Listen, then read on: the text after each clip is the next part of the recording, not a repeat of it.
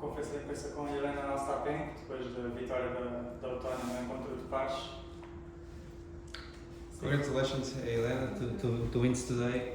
How are you feeling about your tennis here in Portugal? I mean, it's just my first few matches on clay court, so it's not easy, and especially the courts are the way they are. It's not easy to play here because the quality of the courts is not the same what is on WTA. So obviously we have to get used to the conditions because really bad bounces, to be honest.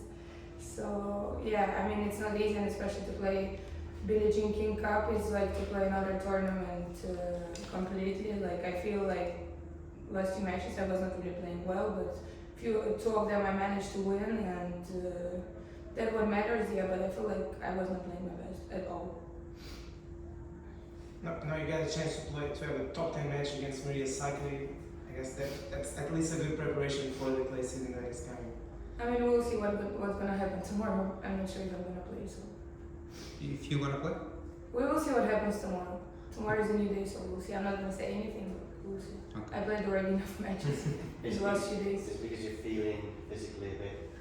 I mean, to play Billie Jean King Cup is, I think it's a energy-wise double energy because you play for yourself and also for your country, and you waste a lot of energy on that. Even like playing also pretty much similar like on tour, but after like few days of matches, I feel energy-wise very low energy because I mean it takes like you're supporting, you're sitting by the court. It takes a lot of energy out of you.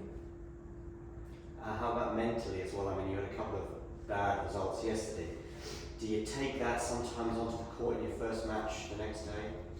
I mean, honestly, like I know that in Billie Jean King Cup, almost anyone can beat anyone because I feel like some players, like even top players, are like the level goes like down so much because there is so much pressure because you are representing your country, not only yourself. So I think we shouldn't like really look at those results because I mean normally if I face those girls at the other tournament, it will be completely different results.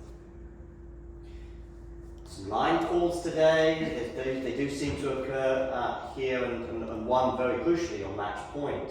I saw and I heard your reaction, you were convinced it landed on the line. Obviously your opponent less so, but even after the match I saw their whole team were looking at the court still.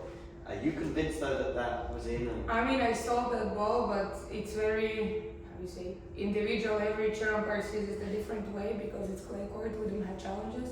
I mean, especially of course here there will be no challenges at all. But yeah, I was pretty sure the ball was in. So. Are you in favor of Okai on clay? Because today we had a situation with Medvedev as well in Monte Carlo where the Okai showed a different mark compared to the one that the umpire showed. I honestly think on clay there is no need for Hawkeye because obviously you can see the marks. It's just, I think it's for some chair umpires, some of them see it completely different than the others. So maybe that's why they want to put the Hawkeye there.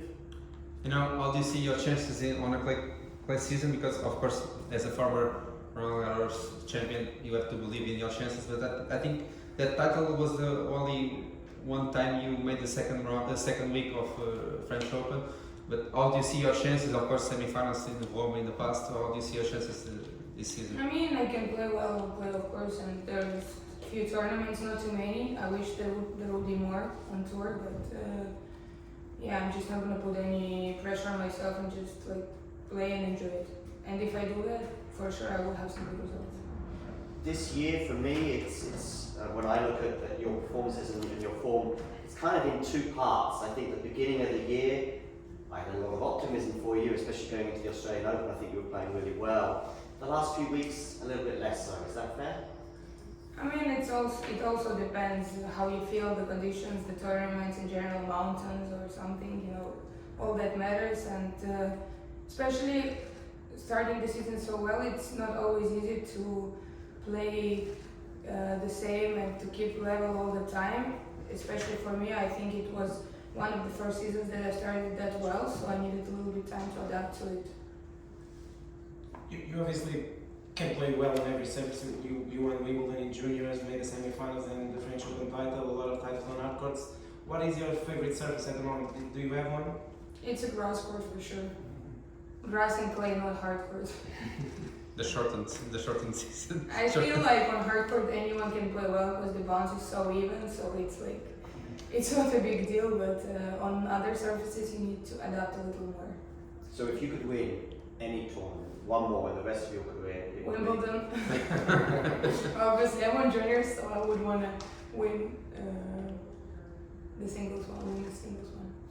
What can you tell us about Portugal and the Lisbon area? I know you don't have that much free time, but I honestly have you like explore just. a little bit. Or? I honestly just went out to one restaurant one day because we finished quite late and we needed to do the physio treatment, all these things. So didn't really have time. Maybe tomorrow or the day after I have some time to see it. But I heard some good things about Portugal. First time in Portugal?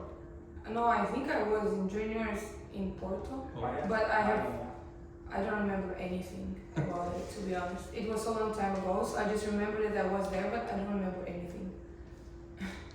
Just on memory, actually. Last one? Yeah. Just on memory. You won the French Open, you've had some incredible results in your career. Are those thoughts ever going through your head when you're on a court, playing here in a very humble environment, let's say, with some funny bounces? Do you ever, does ever that go through your head, or is that completely, you're very much in the moment? No, I mean, sometimes it goes through my head like what I'm doing here. But then I understand I'm here like representing my country and that's very important for me as well. But I mean, it is what it is. You have to adapt to the conditions and yeah, you cannot do anything about it. They're not going to change the court and change the lines and the bounces. It's going to be the same for everyone, so you have to adapt to it. Last one is Steve. Jelena, it seems like on a good day you can beat anyone. Iga never beats you, for example. Do you think when you play your best, of course that's difficult to do, but when you play your best, you are the best in the world? Do you think that? I think one of the best, yes, I can be one of the best and one of the most dangerous players.